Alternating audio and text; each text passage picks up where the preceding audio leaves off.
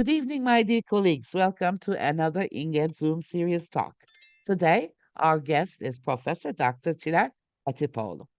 Çiler Hocam is a professor at the Department of Foreign Language Education, Middle East Technical University, where she teaches various linguistics and foreign language education courses at undergraduate and graduate levels. Çiler Hocam has published many articles in various national and international journals and written and edited several books. Her main research areas are foreign language testing and evaluation, pragmatics, cross-cultural communication, and corpus linguistics. The title of her talk this evening is What's the Price of Forgetting That Feedback is the Breakfast of Champions? A closer look at teacher and student feedback literacy development.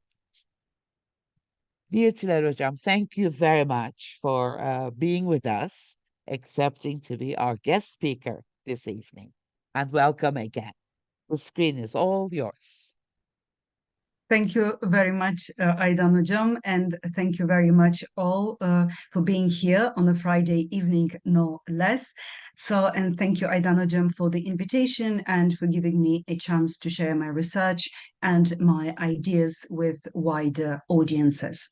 As Aydan Hocam mentioned, the topic of my presentation today is what's the price of forgetting that feedback is the breakfast of champions, and we'll try to answer this question by the end of that presentation, hopefully. And we are going to try to do that by having a closer look at the teacher and student feedback literacy development.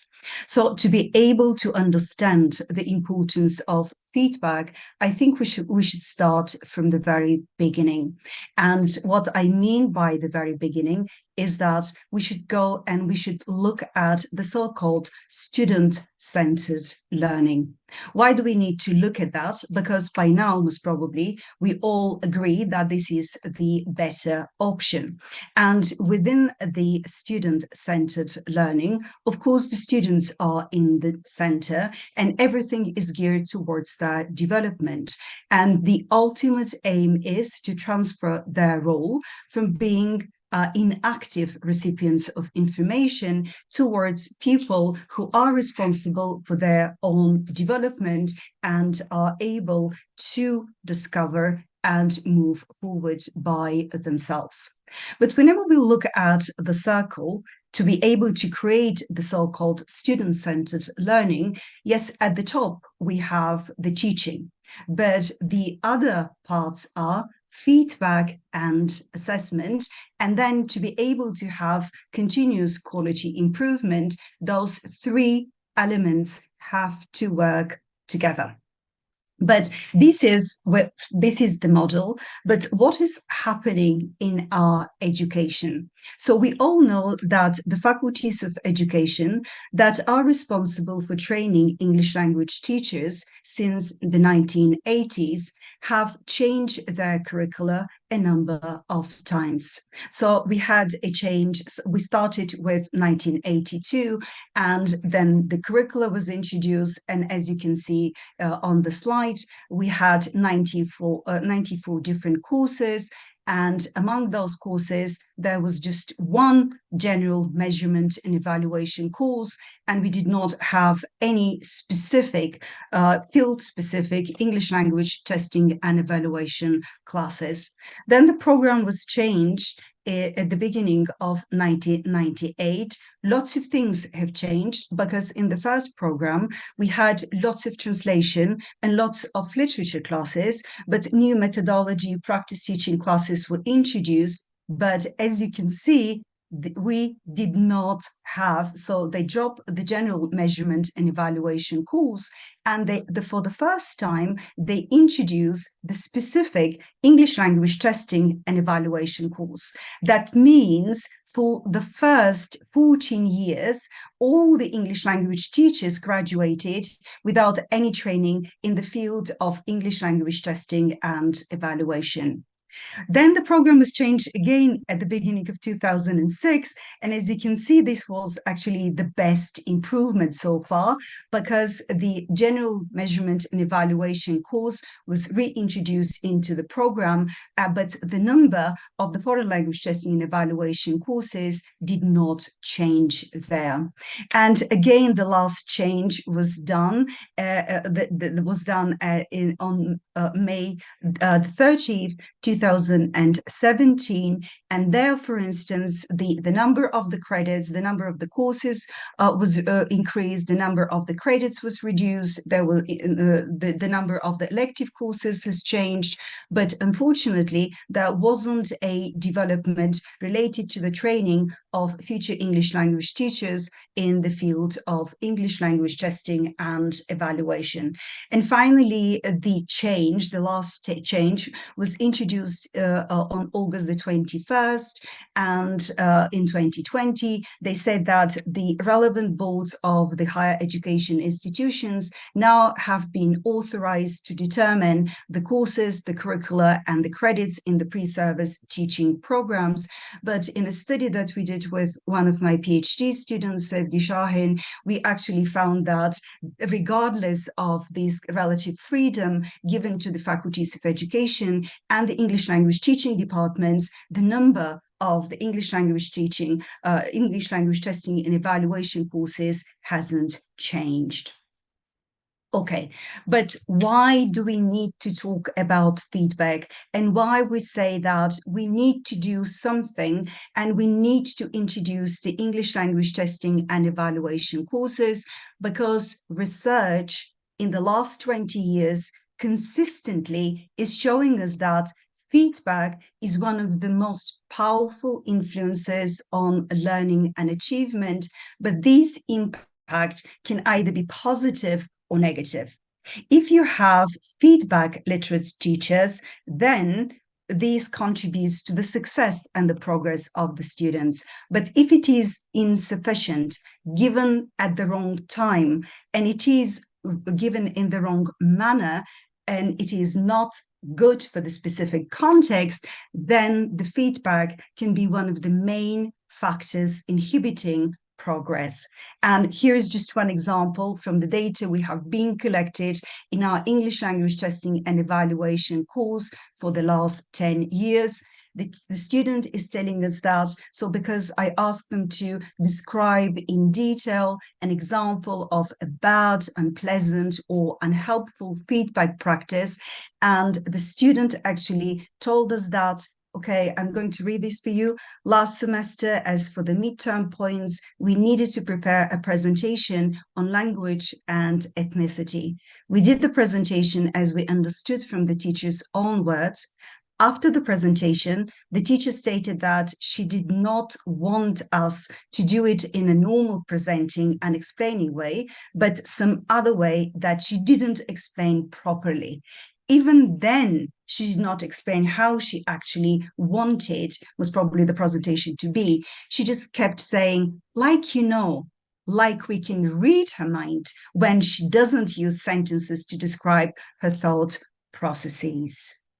So at that point, I really want you to share whether your own experiences of receiving feedback and whether or not you have felt confused or kind of discouraged to continue with the progress in your projects because the feedback given by the teacher was in the format described by the student. So I'm just going to read a number of the comments here. Somebody said that was an important trauma for them. Yes, there are these kind of instructors and they don't know how to provide feedback. They don't give clear instructions. Unfortunately, those teachers still exist. So it looks as if among the people in the audience, we have people who have had similar experiences to that student. Okay, so what is feedback? Now we need to agree on that because Askew and Lodge as early as 2000 told us that feedback is something complex. And even in everyday conversations, feedback comes at least once or twice in the conversation, but we don't know really what is meant by that. So can I ask you actually to, at that stage of the presentation, before me explaining what we mean feedback within the teacher and feedback literacies, to tell me what is your understanding of feedback? So what do you understand when you hear that word?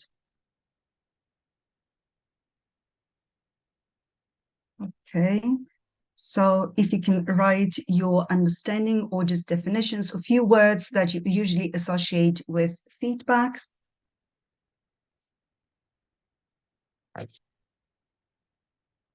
Nobody?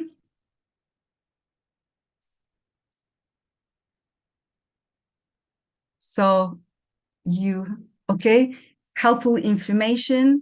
It's like a compass, and the students can utilize it later. Okay. Anybody else?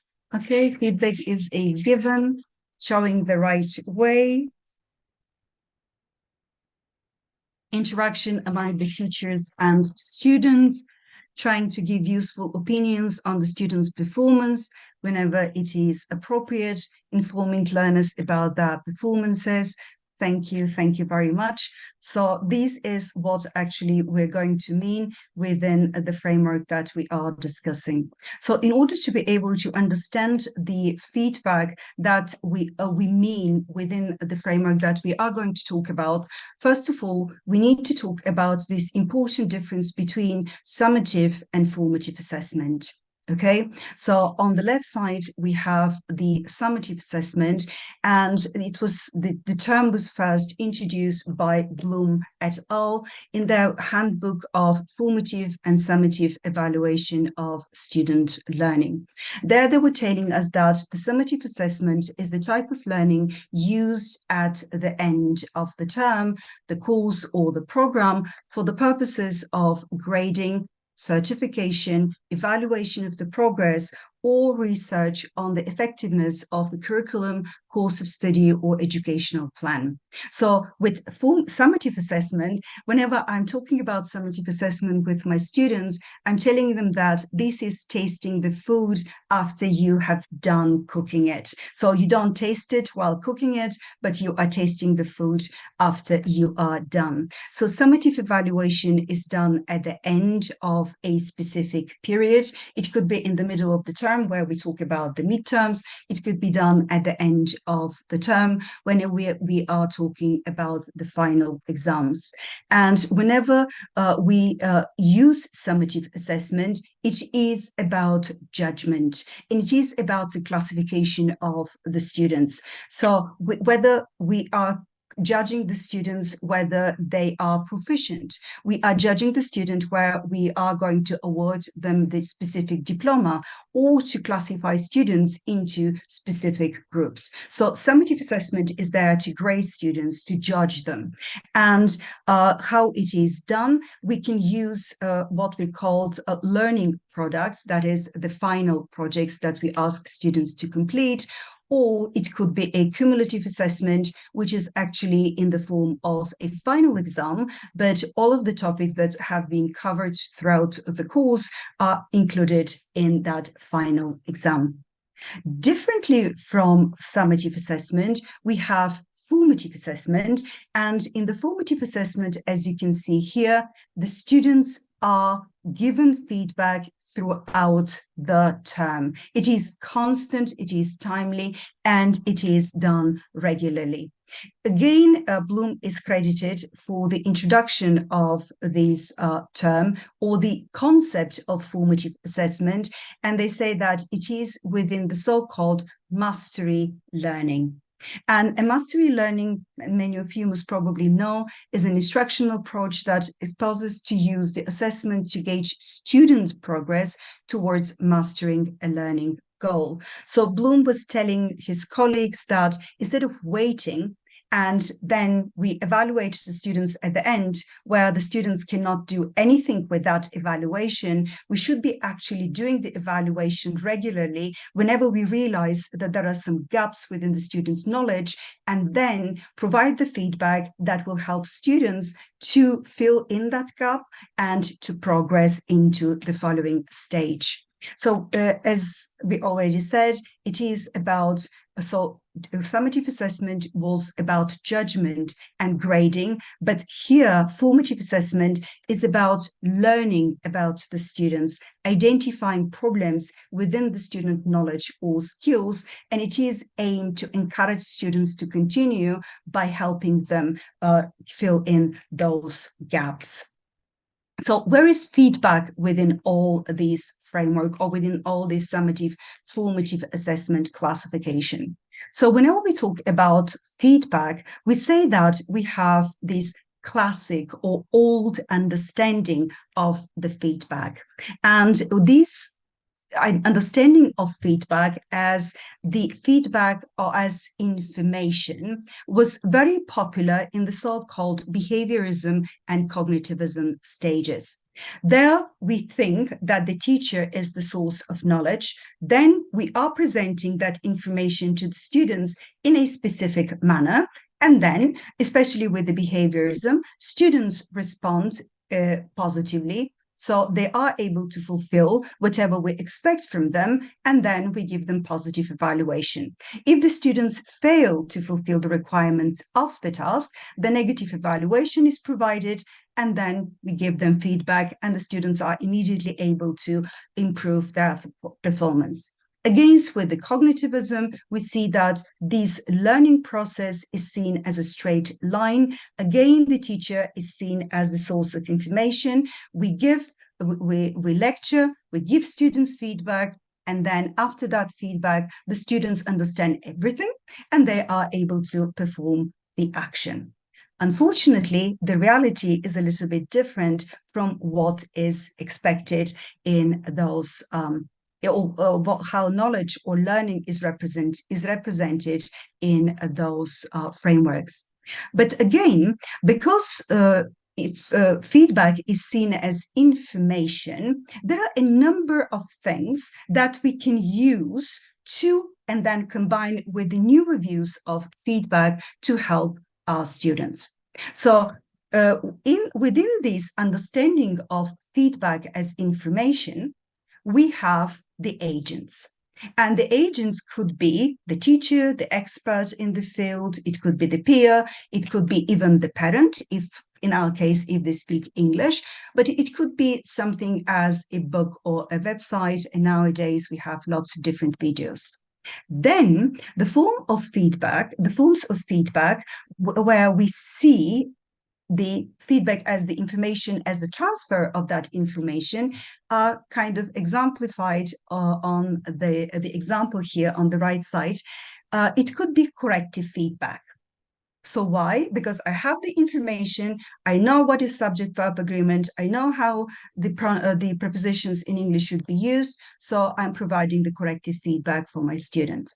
It could be suggesting an alternative strategy, or in a book, right? The students might be able to find an explanation for a difficult problem, and then they could be encouraged by their parents or their teachers or experts in the field. But again, we have something that is information and that is transferred. And finally, for instance, the answer keys can also serve as feedback. Why? Because especially when we have multiple choice questions, where there is just one correct answer, and then the students answer the questions, they look at the answer key, and the correct information is uncovered by the students.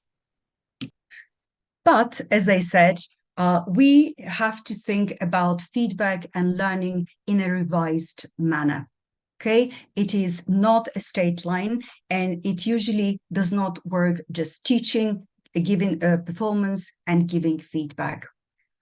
We need our students to understand that learning is a cyclical process, And for us to be able to transfer the information to the students, they have to be able to make sense of the information that we present to the students. It should be logical. The students should understand why, for instance, they should X instead of Y. So therefore, we say that the feedback is the process where the learner makes sense of performance relevant information to promote their learning. Therefore, in the newer theories of learning, and we see that there are lots of overlaps between how learning is represented in the so-called metacognitivist and social constructivist theory. They see feedback as dialogue construction, where the teachers and the students are working together. So this is something very important because the student was the receiver of the information. Now they are partners in our feedback processes.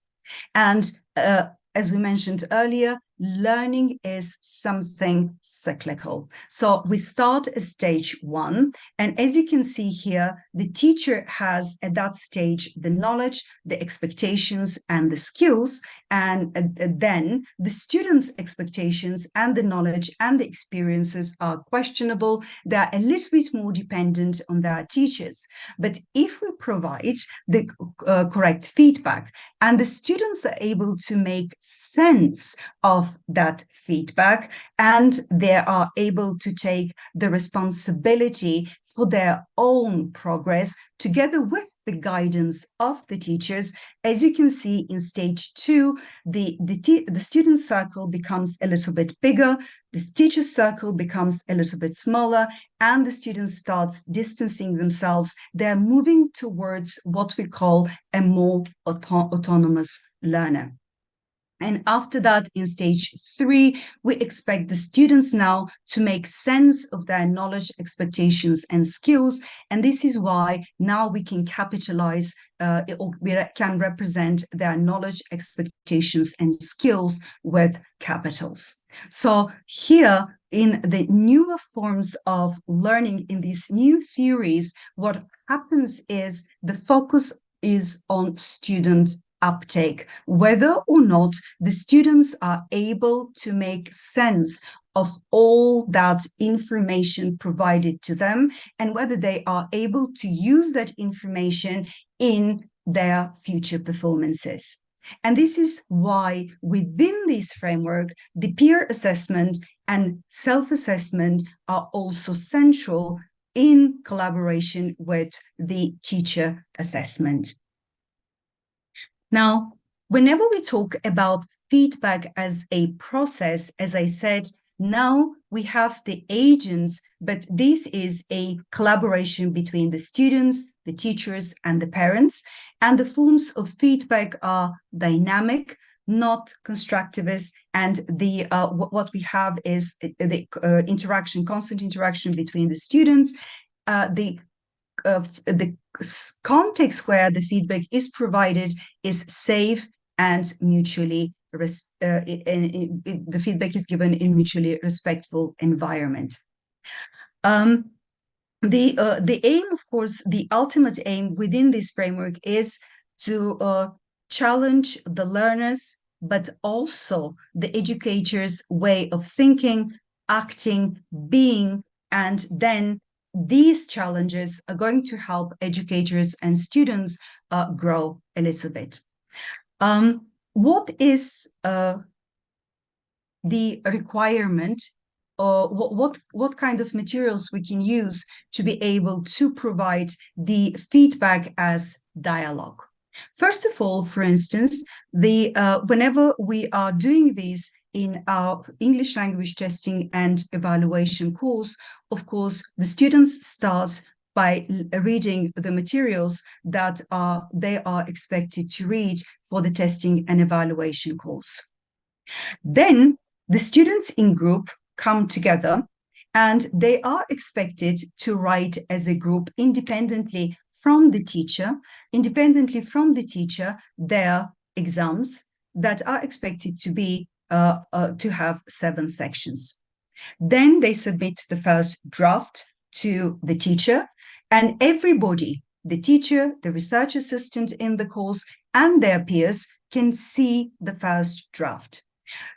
All those people, because we're trying to follow the so-called 360 degrees feedback here, the parents, the lecturer, the students, the research assistants are providing feedback to the different sections of the students.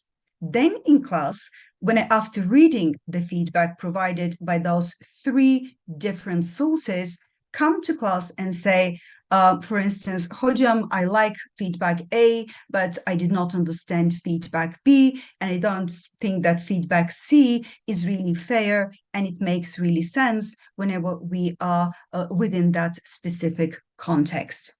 So we negotiate that.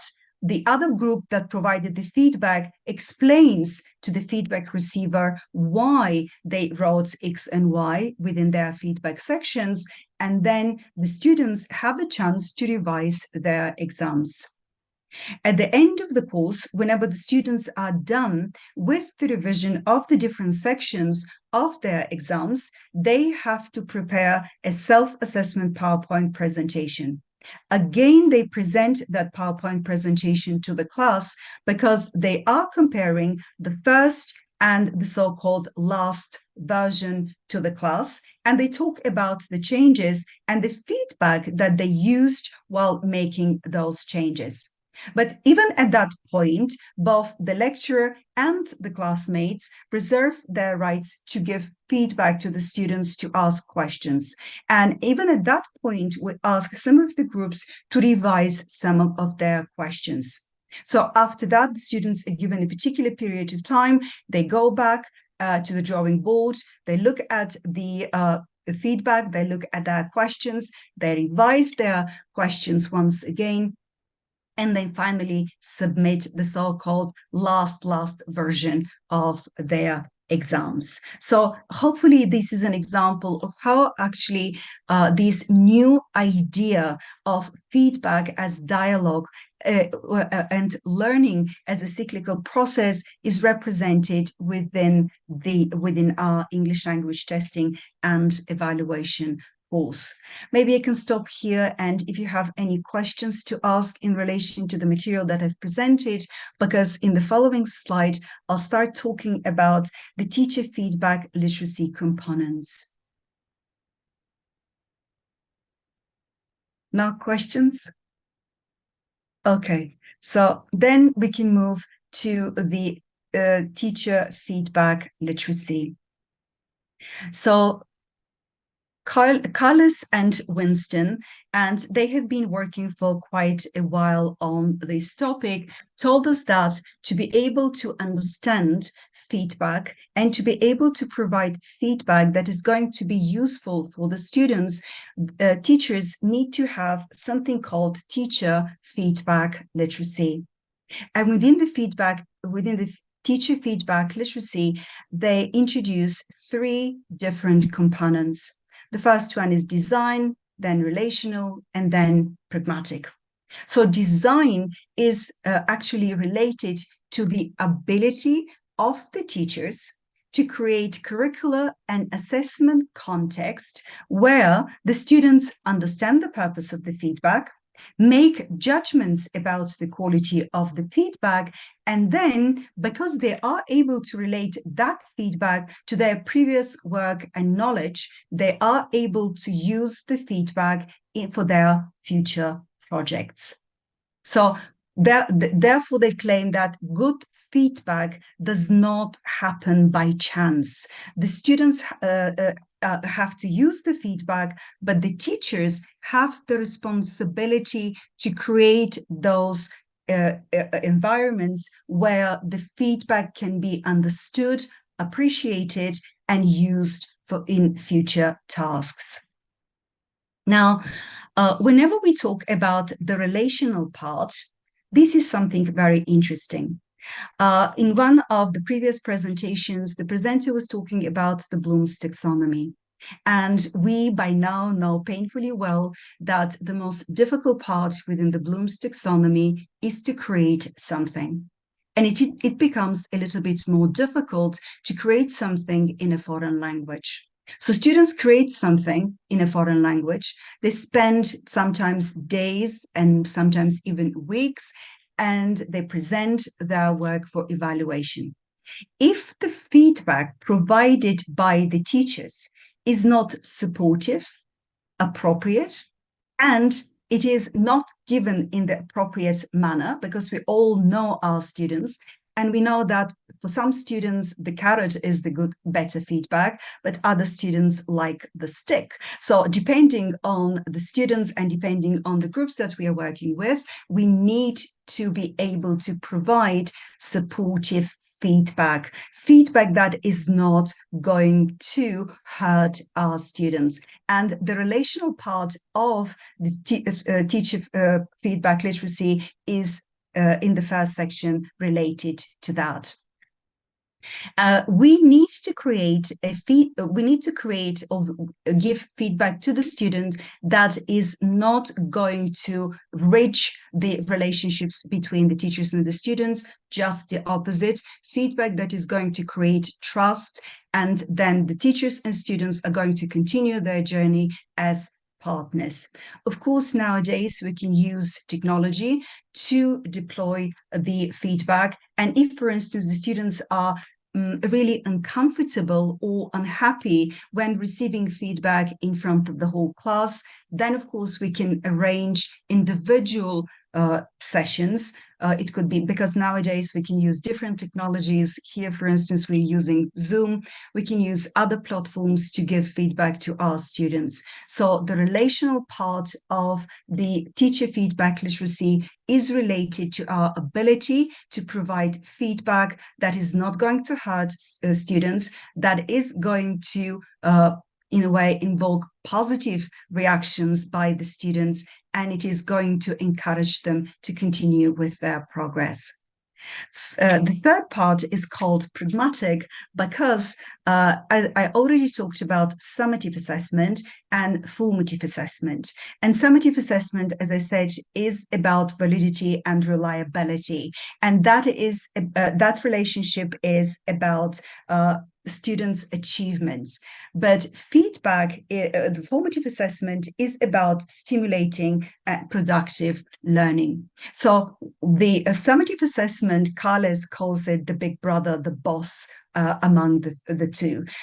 We need to satisfy the needs of the students, and we need to prepare our students for the summative assessment testing. But on the other hand, we should encourage our students to progress, not to give up. So we say that we should be pragmatic as teachers. We should be able to establish the balance between the requirements of the summative assessment and formative assessment. And that we can do that by deploying technology.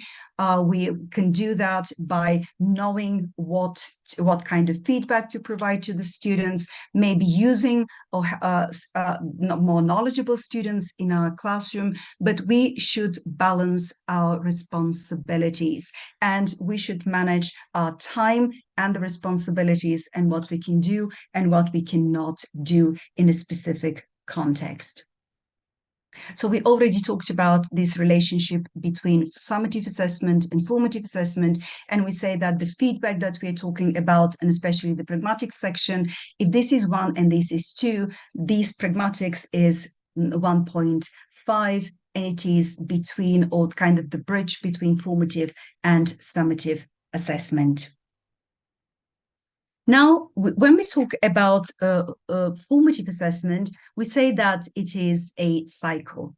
So what is happening whenever we provide feedback to our students? Students perform, either write something or present something or read something and then answer questions. And their performance is the data collection process. Then we analyze that data, and then we plan different interventions, and we want to help our students with their progress. And when we plan something, we start implementing it. So this is all good. And as teachers, we can do everything possible. We can be knowledgeable, we can we'll give feedback to our students for hours and hours. We can analyze the data. We can plan ahead. We can plan twice, right? Then create new materials. But the research is telling us that if the students are not ready, if the students do not have the so-called student feedback literacy, usually the feedback we provide to the student is in vain if the students do not benefit from the information provided to them. Therefore, research, and you see lots of people are talking about that nowadays, are telling us that this feedback job, in a way, is an alliance between the teachers and students.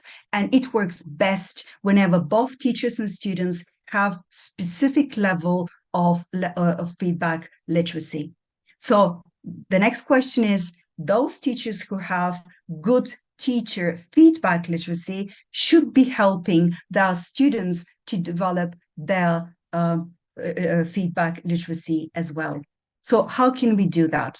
We also have a framework for that, and this framework was introduced 6 years ago by Carles and Baud, and within this framework we have 4 components, but the researchers are telling us that those first 3 components, appreciating feedback, making judgments, managing affect, are actually working together to be able to affect the taking action section of the student feedback literacy.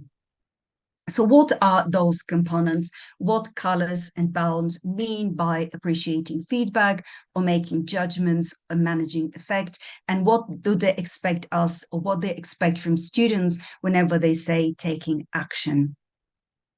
Appreciating feedback has 3 sub-components. The students need to understand and appreciate the role of feedback in improving their activities, their progress. They need to recognize that the feedback information is, when it is given in different forms, is still important and actually can have different roles. And of course, they can use technology to access, store, and revisit feedback. So for us to be able as teachers to develop those 3 sub-components of appreciating feedback, what can we do for that? The first thing that is suggested in the literature is, instead of waiting till the end, to follow the principles of formative assessment, to provide timely and regularly feedback to our students. So what do we mean by timely feedback? So Colin is a little bit hasty, and he is telling us that for the feedback to be considered timely should be given within minutes of the completion of the task. McCollum and Milner are telling us that it's okay if you're not able to provide feedback within minutes, but it should be within the time when it still makes sense. As I mentioned earlier, if you provide feedback at the end of the term and the students now do not have any chance to work on their projects, the feedback it does not make sense. And it looks as if it is not, remember, appreciated and used by the learners. So provide the feedback as soon as possible, within the time where you know that the students will be able to use the feedback to improve something in their work.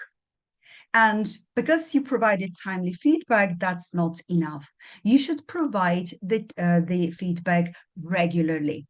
And as early as 1999, Tuckman talked about the link between regular feedback and academic achievements of students.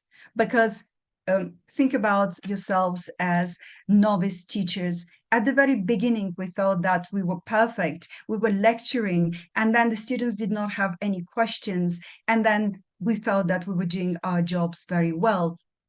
But whenever students started providing us feedback, whenever the colleagues started providing us with that feedback regularly, we now realize that, okay, even though the students are quiet in my classroom, they might be quiet because they do not understand. So the same thing is valid for the students here. Provide regular feedback so the students understand or kind of realize and focus on the problems that they are experiencing, because we don't want those problems to continue. Apart from anything else, in foreign language learning, we have this problem of fossilization, for instance. Again, I would like to you to comment here, because we are moving to the next thing that we can help our students to appreciate feedback. And I wanted to have a look at the number of examples of feedback provided on the slide. And if possible, please comment in the chat box and tell me which type of feedback, 1, 2, 3, or 4, you think is going to be the most effective one whenever given to the students. And so let me check the box. So lots of people are telling me that number 4 is the best one. Number 3 is good. 1 and 4, okay, are good. Number 4 is clear and detailed. Number 4, okay, we have lots of teachers with, okay, excellent, excellent. Thank you very much. Excellent. Okay, so I'll just now stop looking at the chat box. So we're coming now to the next point. For our students to be able to understand and use the feedback that we are providing, the first requirement is that it shouldn't be generic, okay? It should be specific and personalized. And it should identify the highlights and the strengths, but at the same time, remember, it should present students with the problems that they have very clearly. So have a look at this one. Used all of the words we learned from this book correctly, except deep and hilarious. Read chapters 1 and 2 again and check how the author uses them. Now, remember, we need feedback that will help students to move one step further. And therefore, instead of saying your essay is excellent, right? Or I like your essay, you need to tell your students what you like about the essay or what makes that essay a good essay. So have a look at the second one, for instance. Your word choice was more precise in this essay than in your last 2 papers, and I saw the scenes you described clearly in my mind's eye. And finally, remember, we talked about the personal touch. The person says, okay, here we go. The first paragraph, I was confused about the initial thesis and the evidence you provided for it. In the next paragraph, you came up with a different thesis. And in the third paragraph, you did not offer evidence, just beliefs. So again, we say that the feedback should be as specific as possible so that the students are able to use it. Now, step number 3 is a little bit controversial, and really I would like your opinion on that matter. But the research in the area is telling us that if you, right, spend hours and hours in correcting your students' essays, you provide different comments, but you don't follow up on those comments, and you do not ask your students to do anything with those comments, then we have even a specific term in assessment. We call those dangling data. That is data that is there, information that is there, time wasted, right? Effort wasted, but it is not used by the students. So remember, number 1 within the teacher feedback literacy, it was design. That means you have to create environments and tasks where the students are, in a way, at the very beginning, maybe forced or pushed a little bit to use the information that you provide them. And later, of course, the ideal situation is the students will not need any rewards because they will have the intrinsic motivation to use the feedback and to progress. But what I do with my university students, this might not work in all contexts, but what I do with my university students is I use grades because the grades are important for my students. And this is what we do. Now, as I already mentioned, this cyclical process that I described whenever I was talking about feedback, and as you can see here, they get 10 points for the writing of the first draft, but if they use the feedback provided by the teacher and their peers, they have the chance to revise their exams and they are awarded 10 points for the revised version. But they have to tell us which sections and which feedback they used and how they revised their exams. So as I said, this works with university students. It is a little bit controversial, but if you have any other ideas, please share them with me or with the rest of the group in the chat box, and let's see whether you will come up with something better. So this is the end of the examples where we are talking about the first subcomponent of student feedback literacy. And now we are moving to the second component. Remember, that was making judgments. And this is whenever we talk about the making of the judgments in relation to the feedback, we say that the students should become knowledgeable and skillful enough to understand whether something is good or bad as feedback. And they should be active participants in feedback providing, that is whenever they are talking about peer feedback, and of course, refine self-evaluative capacities over time in order to make more robust judgments.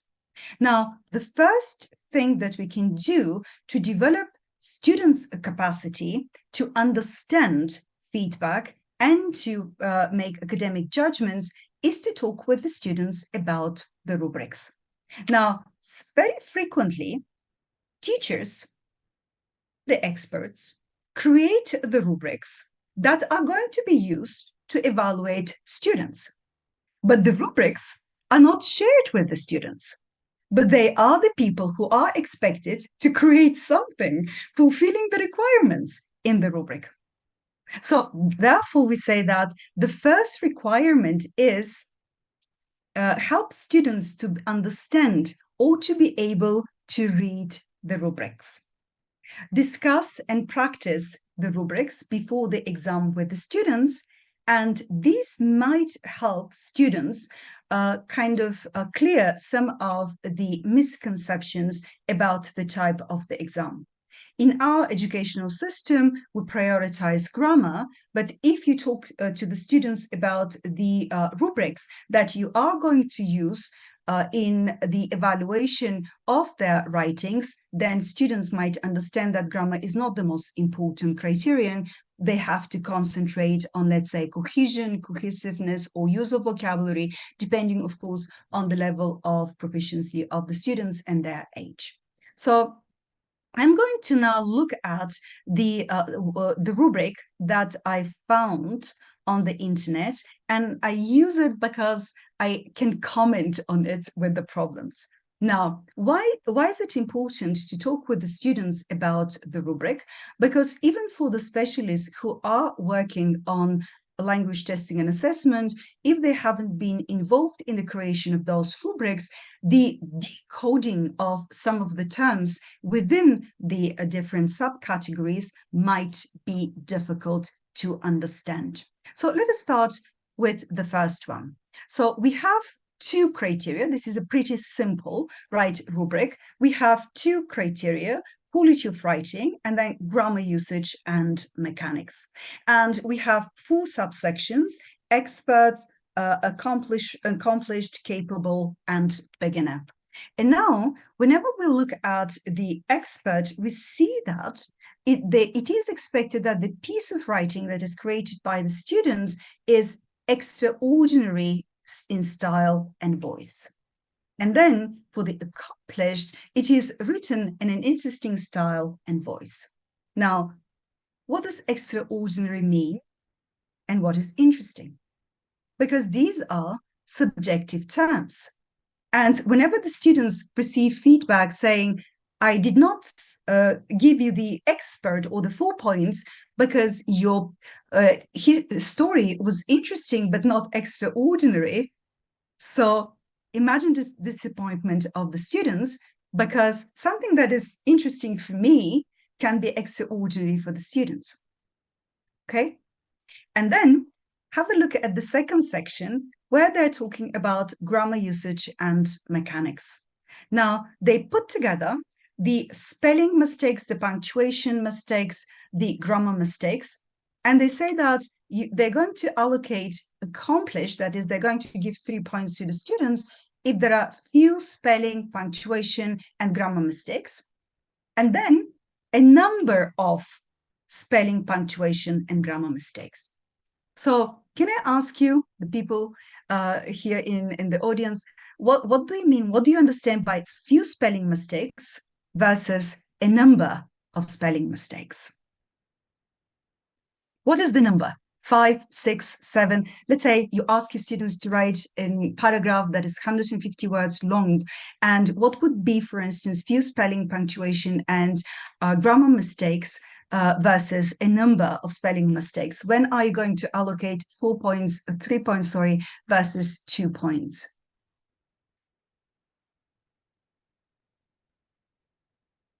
So few means 5. Cedar Woodham says uncertain, 20, complex, right? Then we cannot decide. You see, even the teachers cannot decide. Think about the students. So what are the steps to follow whenever you have a rubric? So before the exam, give the rubric to the students, right? Or before you assign the project, give the rubric to the students and give them a little bit of time to familiarize themselves with the different criteria. Then please review each of the criterion with the students and make sure that the students understand what is expected from them. And if necessary, and Carlos is telling us that giving specific examples actually is one of the best things that we can do to help students understand the different evaluation criteria, give them specific examples. And then if, for instance, the deadline for the submission of the projects is in 2 weeks, remind your students about the assessment criteria so they do not forget while they are progressing from stage 1 to 2 to 3 in the completion of their projects. Okay. Then what else we can do to help students judge, right? Now we talk about the students and we want to help students to improve their capacities to process feedback. But remember, with these new theories of learning, at the end is that students know what they know. This is a little bit utopic, I know, and they know what they know. And this is the reason why very frequently within this framework, and especially if we want to develop our students' judgment or feedback, we should ask them to self-assess. And we know that whenever we ask students to self-assess, it looks as if it helps with foreign language anxiety. And of course, it can empower students, and because it's now shifting the power and the focus from the teacher to the examiner, from the teacher and the examiners to the owners of the product. So one technique that you can use, and actually it works well with the university students, but a student of mine, Esra Aydin, she just completed her MA thesis and she worked with second graders, and it looks as if even the second graders know what was difficult for them to complete, is to ask students, whenever they submit their projects, to also submit the so-called feedback request form. So whenever they are completing the exercise, the students know that, for instance, writing the abstract was very easy. So they say, number one, I don't need much feedback related to the writing of the abstract.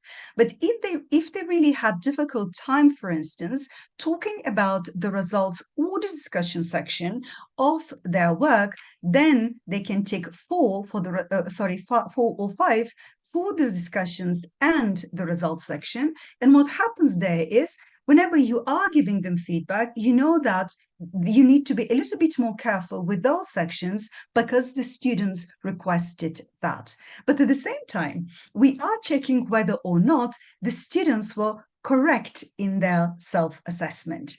So just check, just try it, and let's see whether it really works with the students. But as I said, self-assessment worked really well, even with the second graders.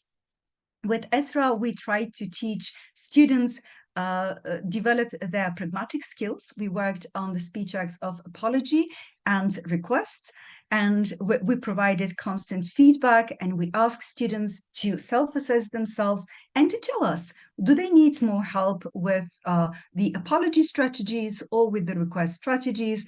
And by the end of the term, those students who were given a chance to self-assess and the students who were given formative assessment actually became more autonomous. They had more belief in their skills, and they really understood the feedback given by the teacher.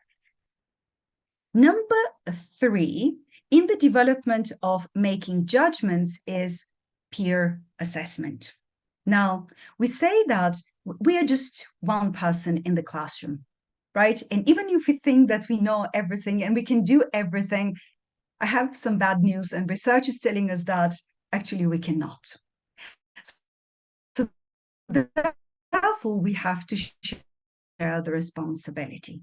So this is one side of the story, because whenever we ask students to peer assess each other, we are kind of sharing the responsibility. But research is telling us that giving feedback is much more useful than receiving feedback in some contexts. Why? Now, and in our group, we are doing this. We are asking students to give feedback, but I want to skip, and then maybe I come back and to talk about why giving feedback is really, really important and how it helps students to develop their own skills.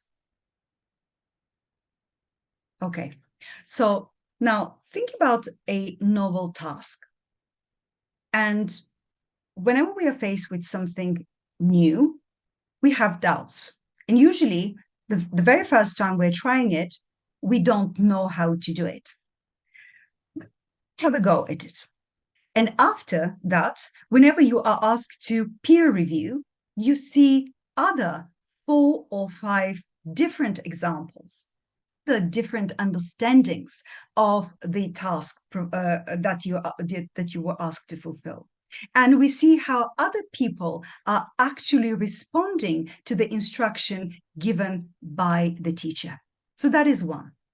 And it looks as if it is very positive for the development of the students.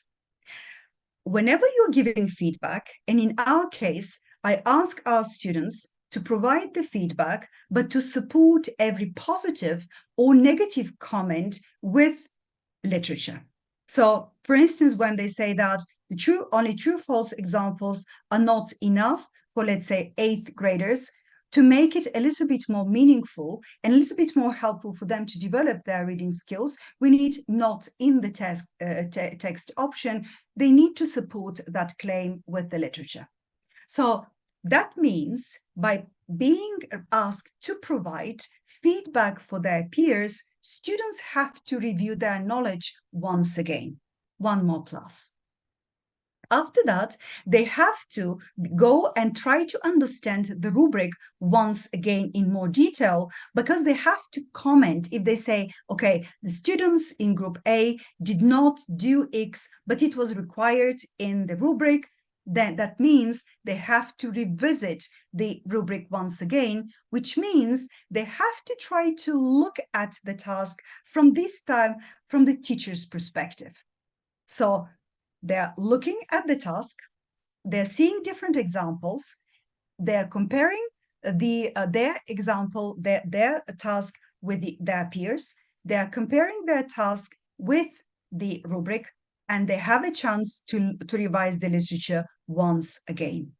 I know that the students in the Turkish culture do not like peer work, and even at the university level, at the very beginning, whenever the groups start presenting their peer evaluation to their peers, usually the reaction is, be careful. We are going to provide our peer feedback next. So they threaten each other. But they threaten each other. But by the end of the term, they understand that that information provided by their peers and the information they're asked to provide is really valuable in developing their knowledge in relation to the specific topic. Okay, so this is the end of section 2, and now we are moving to the third section, and that is managing affect. As I said, the developing of something is not easy. And whenever we provide feedback that is not suitable for the groups of students, we might end up with negative reactions. Students could be disappointed, or the students might not appreciate it. They might give up and not continue. To help our students to manage their emotions, we need to follow a number of rules. First of all, you have to tell them from the very beginning that formative assessment is non-evaluative. I am providing feedback, but I'm not grading you. This feedback is only for your development, and I am providing it because I care. The second one is that feedback should be supportive. So it should provide something positive. Even if you provide negative feedback to the students, it should help them to understand that it is not they are criticized, but the work is criticized. We already talked about the timely feedback. And remember, we talked about that knowledge is power.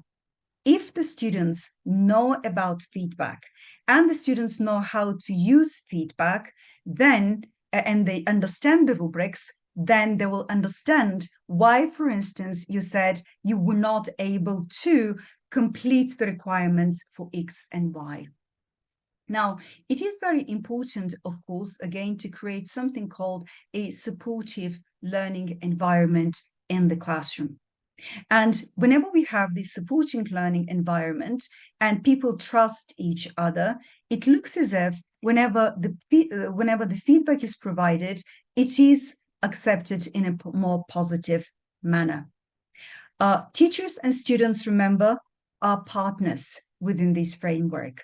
If, for instance, the students do not want to accept a specific piece of feedback and the students insist on keeping that specific section in the project, leave it. Don't insist, but ask them to read X and Y. Come back again to that problem. Use different types of feedback to make students understand. Don't give up if there is the real problem, but listen to the students. And then hopefully the students will be able to use the feedback and to understand finally, that was the real problem. And I really had to look from not that perspective, but from the others, let's say from not from the right, from the left, right? I have to look at that problem. Now, again, to be able to develop our students' emotional management of the feedback, we need to provide feedback as regularly as possible. If the feedback is provided only once, if the assessment is done very rarely, lots depends on that specific evaluation. But if the students are given feedback on regular basis, and if, for instance, the first feedback is negative, And the students know that they're going to be given 10 or more or going to have 10 or 15 more feedback sessions with their teachers, they're more relaxed. Because this is just one of many instances. And because I'm going to get the next feedback and I still have time to improve my knowledge, then the students are more relaxed and then they accept the feedback more readily. So after that, after all those things that we do with our students, of course, we hope that they take actions. They correct their work, they work with their peers, they check the books that are assigned for reading. They are hopefully sometimes even they don't wait for the teachers and they correct what they think is not up to par, because now remember they know how to read the rubric and they understand what is expected from them. Okay, so finally let us try to answer this question that we posed at the very beginning. If we do not provide regular feedback, what happens? So the teachers, right, they are not able to create student-centered learning environments, which is a huge problem, of course. If they lack education related to assessment and related to feedback, they're not able to design, they're not able to establish good relationship with our students, and they're not able to balance the things that are expected from them. Their work, they're doing lots of things. Their work is not used. We have dangling data. It is just wasted time. And at the end of the day, unfortunately, we are not able to help our students. On the other hand, when it comes to the students, to the learners, they are not efficient learners if they do not have feedback literacy, because information is provided to them, feedback is provided to them, teachers try to establish dialogue, but they're not ready to use that feedback and to take action. There are no prospects that they're going to become autonomous learners. The distrust between the teachers and the students, we have not able to transfer that information from one context to the other. And of course, whenever feedback is provided to them, whenever the teachers or their peers tell them something, or they say, okay, I think this is a better idea, they become emotional and they're not able to use the feedback. Okay, I really wanted to say thank you for being here again, once again on a Friday evening. So I wrote down my email. If you would like to continue the dialogue to discuss this topic, please reach out.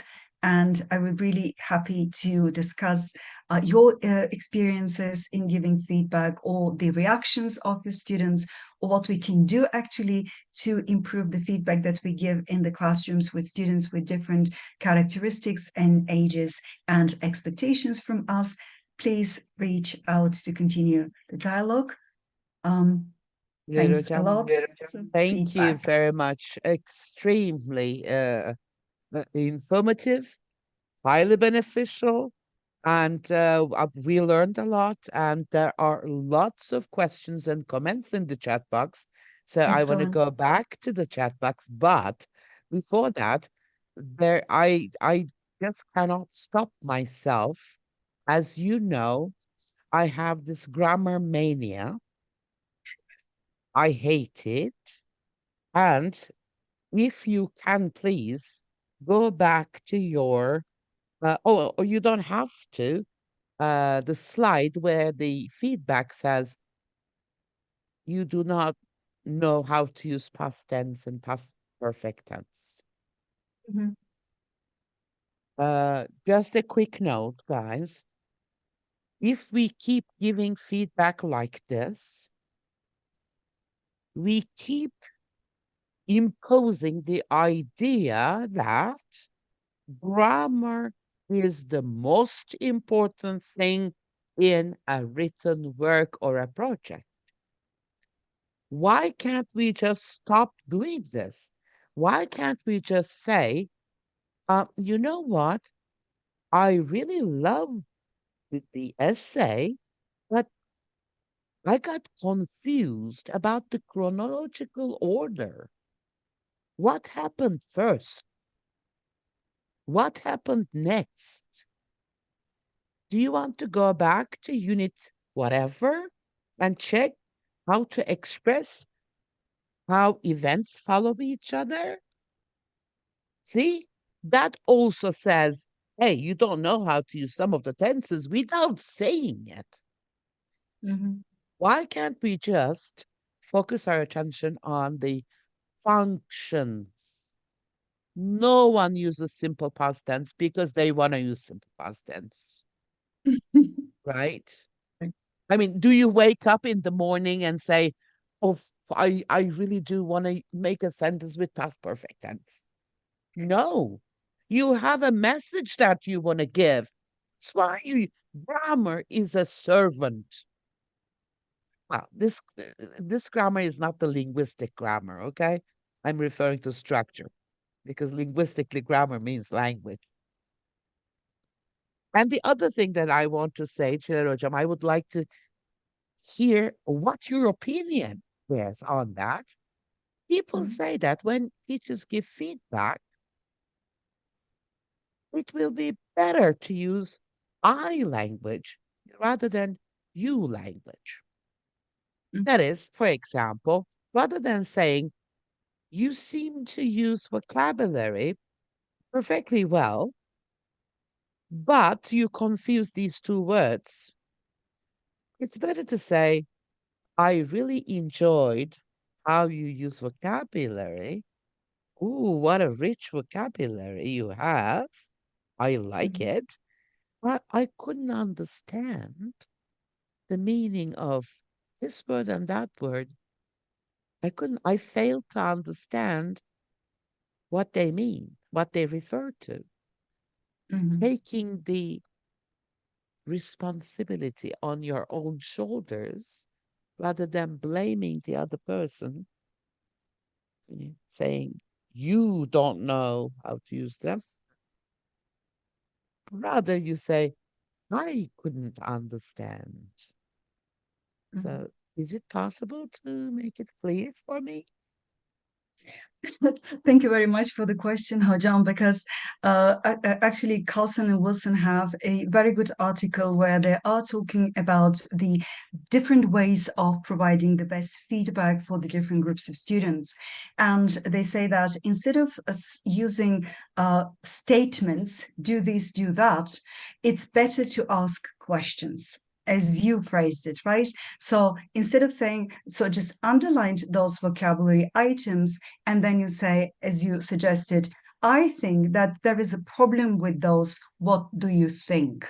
And then give your students a chance to think about it, to try to solve the problem. And remember, we talked about this dialogic and cyclical process of providing feedback, and Mhm, maybe guide your students to the useful sources and then ask them to come again in 1 or 2 days and then talk about that specific topic. They say mhm, that if we provide the answers for the students all the time, mhm, then they do not, there is the danger that we are not allowing the students to become the autonomous learners. So, mhm, yes, ask questions, show them the problem, but after, especially if you have adult learners and learners who are with now B1, B2 level, mhm, they will be able to check different sources, they will be able to read and understand the websites or videos. So show them the source of information, ask mhm, more questions.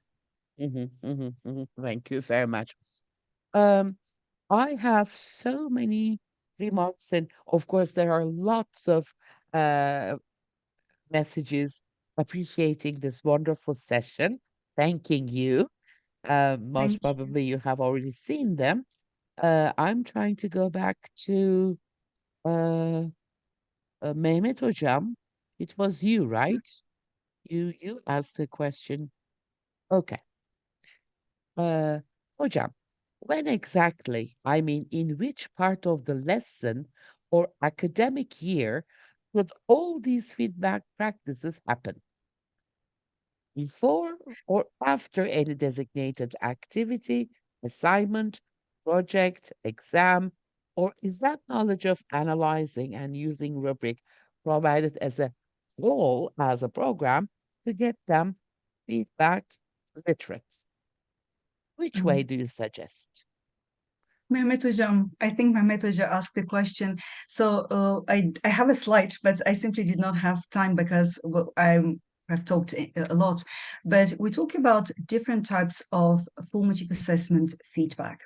And the formative assessment feedback, or those different types of formative assessment feedback, can be used at the different stages of the lesson or at the different stages of the term. Now, whenever we talk about the beginning of the lesson, with a PhD student of mine, Nilüfer Can Daşkın, we actually uncovered a very interesting formative assessment phenomenon called the reference to past learning experiences. What is happening there? At the very beginning of the lesson, the teacher starts asking questions such as, so Aydan Hocam said that she hates grammar, but let us again talk about something that we all know, right? So you taught simple past tense in the previous lesson, and now you want to move to past perfect. So you start by asking questions like, what did we talk about last week? What can we express using simple past tense? And then you are checking, remember, we're checking understanding with the students. And whenever we get the answers from the students, we get an idea about the sections of the topic that the students already know and the gaps in their knowledge. So that's feedback. And as I said, we can use that feedback at the very beginning of the lesson. So, reference to past learning experiences. But later, we start teaching a past perfect tense to our students. And let's say that we discuss the positive, the affirmative sentences, and we really want to check whether the students understood our explanations. You can use the reference to past learning experience once again, and you can say, what did we talk about so far? Can you construct a sentence where you can have those two tenses compared and used appropriately? So, as I said, depending on the feedback and depending on what you want to achieve with the provided feedback, you can use it at the very beginning, in the middle, or at the end of the lesson. Now, with these rubric creation, I would suggest that earlier you start, the better. Why? Because as I said, as I showed you, if you are going to use rubrics created by other people, most probably, correct me if I'm wrong, if you were not involved in the creation process, very frequently you have to go to your colleagues and ask them, what did you mean by that? Or what should I expect here? What are the example answers here? And now you are asking those questions with all your knowledge and experience in foreign language testing and evaluation. Think about the students. So the earlier you start with the introduction of the different rubrics and more you practice, actually we have that principle in foreign language testing and evaluation. If you are going to use a new technique to test your students' knowledge or a new rubric that you haven't used before, please twice in class have different exercises to make Mm, sure that the students understand. So practice in advance and give students a chance to ask questions related to the topics that they do not understand. mm.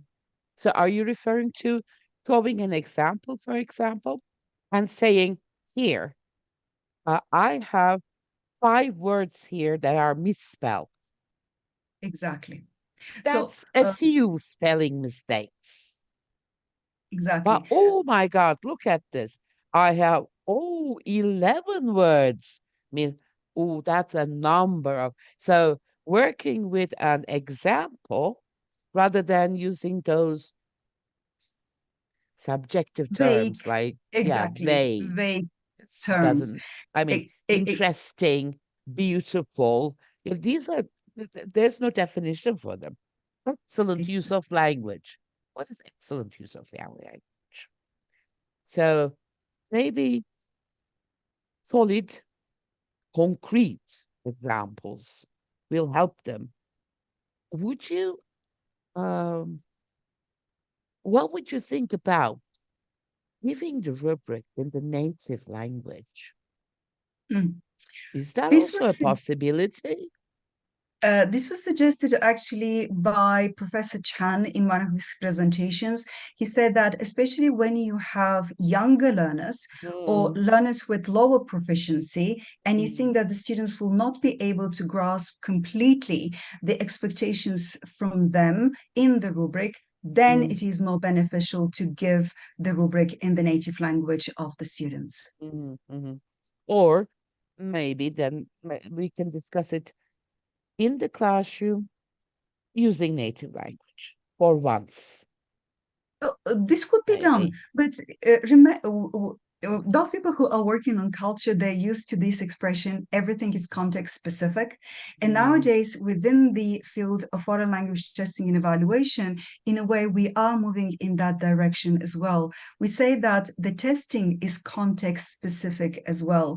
We don't have a bad exam or a good exam. We have an exam that is appropriate or not appropriate for the mhm, specific context where the mhm. testing is taking place. Yeah. So we need to know the context. Aysan Exactly. Hocam talks about teachers receiving feedback from the students, but I believe that is more summative. That's judgmental. Because if a student says, I like your teaching, I don't like this part of it's more like, of course, you can use the feedback to change your behavior if you're open to suggestions. But uh, I don't know. I love students, but sometimes they cannot evaluate objectively, can they? Mhm. Can I just talk about one Sure, context where we can use student sure, feedback actually to improve sure. the courses that we are teaching? So, as I said, I am teaching, I have been teaching this foreign language testing and evaluation course for quite a while now in our department. And because within the testing, I don't know, please raise your hands if you are teaching testing and evaluation in your departments. So those people who are teaching testing and evaluation must probably know that, as I talked, we have just one foreign language testing and evaluation course. And testing is very theory laden. If you do not know the theory, if you don't know the framework, it is very difficult then to start creating something. So, as a language, as a teacher teaching this course, I always have to find the balance between introduction and discussion of theory versus giving my students a chance to practice what they are learning from the books. This is why, whenever I first start teaching the foreign language testing and evaluation course, I ask them to tell me, because we have this is, I don't know, I see it as a disadvantage, but some people see it as an advantage. Whenever our students graduate from the English language teaching departments, they are allowed to teach at all levels. They start with the primary school, with middle school, with high school, with the university prep classes. And we all know that testing young learners is something very different from Very, testing very. university students. So Yeah. I have to find something that is going to be really useful to my students. So what I ask them to do is to tell me what their future plans are. If there are the majority of the students are planning to work in primary school, then I am gearing my training towards that Mm, specific field of testing and evaluation. But mm-hmm, if there are the bulk of the students really want, right, to be instructors in the prep schools at the universities, so we do something accordingly. So yeah. student feedback is kind of shaping the content and the type of evaluation that we are discussing in the course in the different terms that I'm teaching. Yeah. Right. And of course, there's one question that no one has asked, but I need to be the devil's advocate. Please, Aja. Hoja, I have 30 students in my class. Mhm. How am I going to find the time to give that much feedback? Excellent. This is Excellent, Aja. all a wonderful lecture from a university professor who knows nothing about actual classroom situation. So tell me, how am I going to find that time? Wonderful. Hocam, we see it as kind of the opposite of the kind of the pyramid, right? At the very beginning, remember, all those three components of student feedback literacy. At the very beginning, you have to be very detailed and you have to teach your students to judge, to appreciate, and to use the feedback. And the hope is that over time, and with my students, with my university students, for instance, is from the beginning to the end of the term, they become more and more independent. They know themselves. They know how to use the different materials. They know they know how to use their peers. They start appreciating feedback given by their peers. And as I said, the burden now is shared among all the people in the classroom. So be patient at the very beginning, do your job at the very beginning, follow all the instructions or follow all the rules, and hopefully by the end of the term, the students are going to be less dependent on you and more autonomous. Okay, so it's a kind of an investment. You Exactly, invest your Hocam. effort and time, and it will pay.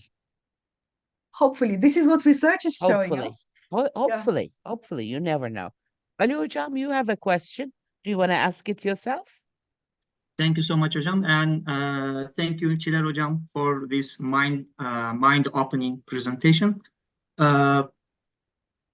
We talk about summative and formative assessment. And as far as I understand, midterm and final exams applied in undergraduate programs can also be evaluated within the scope of summative feedback. My question is, how do we explain the fact that the results of the midterm exams are not announced before the final exams, and students have to take the final exams without knowing their midterm grades? Doesn't this practice or malpractice undermine the spirit and logic of feedback? 100%, Hocam. Remember, throughout the presentation, I always repeated timely, regularly, right?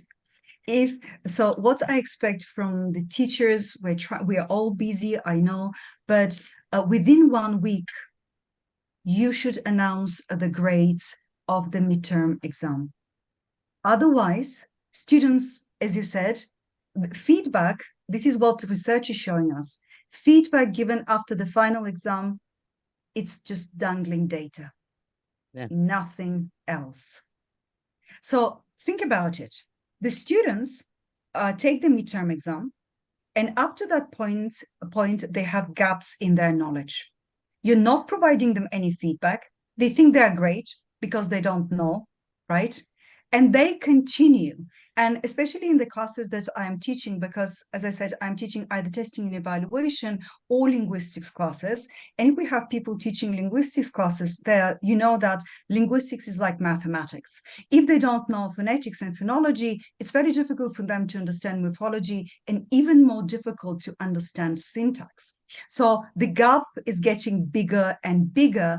And this is the reason why at the end, we have lots of dropouts, for instance. Lots of people give up and they move to other departments, or they just decide to not continue with their education. Ali Hocam, the example that you gave is a wonderful summary of a horrible university professor. Right? So no one says that just because someone is when I say professor here, I'm not referring to the title, academic title.